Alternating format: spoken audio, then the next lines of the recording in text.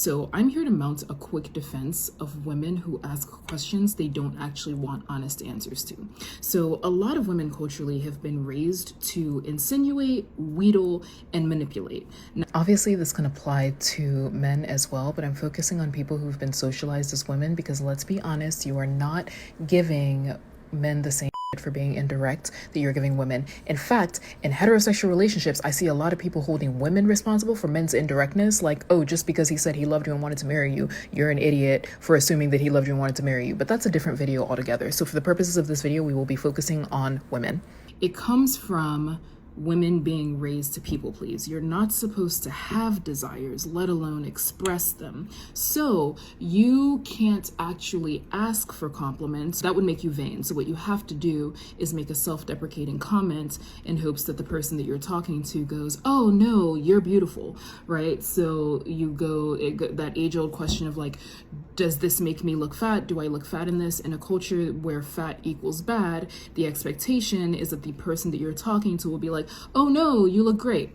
Also, instead of saying something like, I am insecure because I feel like my sister gets attention that I don't or that I want, you can't say that. You're not allowed to say that. So the question actually becomes, do you think my sister is prettier than I am? In hopes that the person that you are talking to will understand the underlying question that you're asking and go, of course not. It's one of the many unspoken social contracts of dialogue that exists.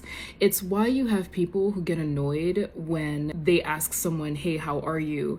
And that person actually proceeds to tell them how they are, because that question of hi, how are you is not an inquiry into your well-being. It's a performance of civility. It is a performance of politeness. It is a performance of care.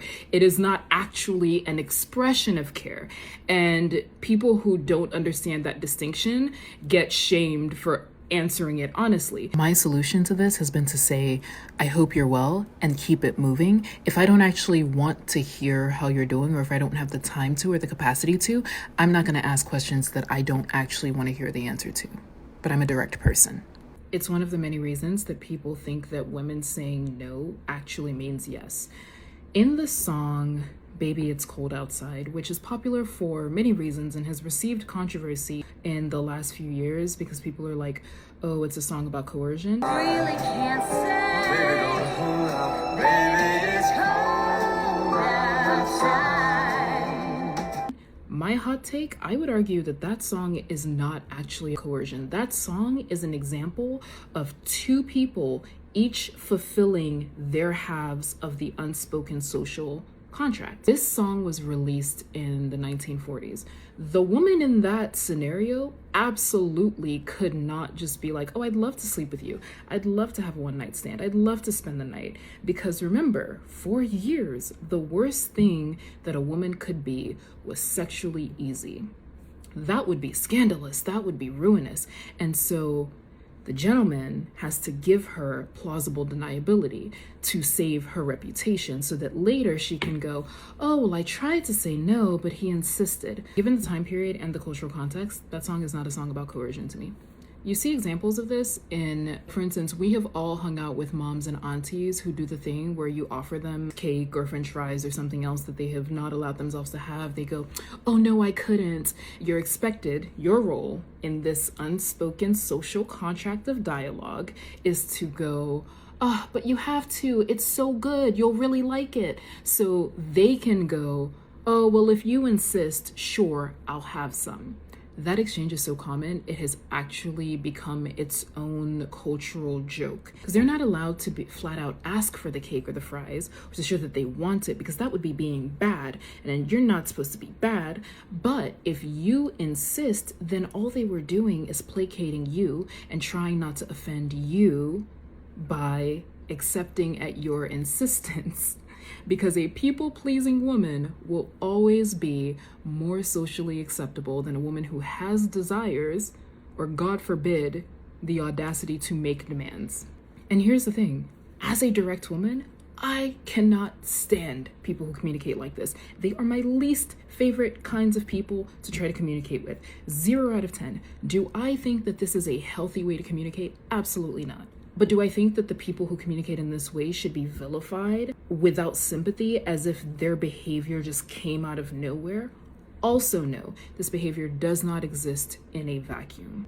And I know for a fact that most people are still uncomfortable with and not used to directness from women based on my lived experience. You have no idea how many times I will say something using exactly the words that I mean, and the response I get is, oh, well, I thought you meant, no, I said exactly what I meant and wanted.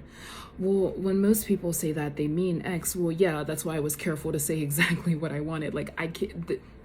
So at some point, the culture shifted and the terms of the contract were changed. And because of misogyny, these women just get made fun of. So the answer to, do I look fat in this, becomes, obviously, you had a mirror, why would you ask me that? The answer to, do you think my sister is prettier than I am, becomes, yeah, and you're a fucking idiot to think that I would be anything less than honest when you asked me that.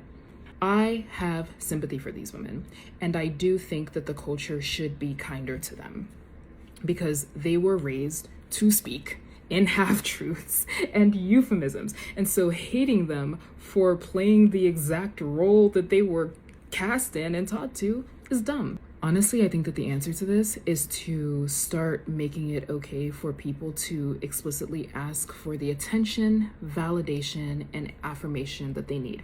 We make it seem cringe to ask for affection. We make it seem cringe to ask for, validation. But the truth of the matter is, we all want love. We all want affection. We all want attention. We all want affirmation. We all want validation.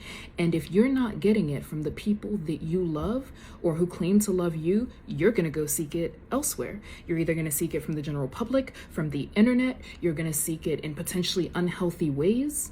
We see this constantly. My friends are used to me calling and being like, yeah, I don't want anything. I just want your attention right now. Or just being like, ooh, I would like a compliment right now. I feel like my hair looks great. Can we get a little commotion for the hair and the dress, please? Right? Like just straight up asking for the compliments that I want instead of fishing for them in just very weird, indirect ways. I had a friend call me once and just be like, hey, will you tell me that you love me? And I was like, of course, clearly you need to hear it. And obviously I do. It costs me nothing to tell you this. It costs me nothing to affirm someone that I love. And it has been my experience that the people who love me and care about me have no problem with affirming me in the way that I need to be affirmed. And if you do not feel like you can ask for that kind of attention, affirmation, validation from the people who claim to care about you, maybe reassess who you have in your life and in your ear and speaking into you.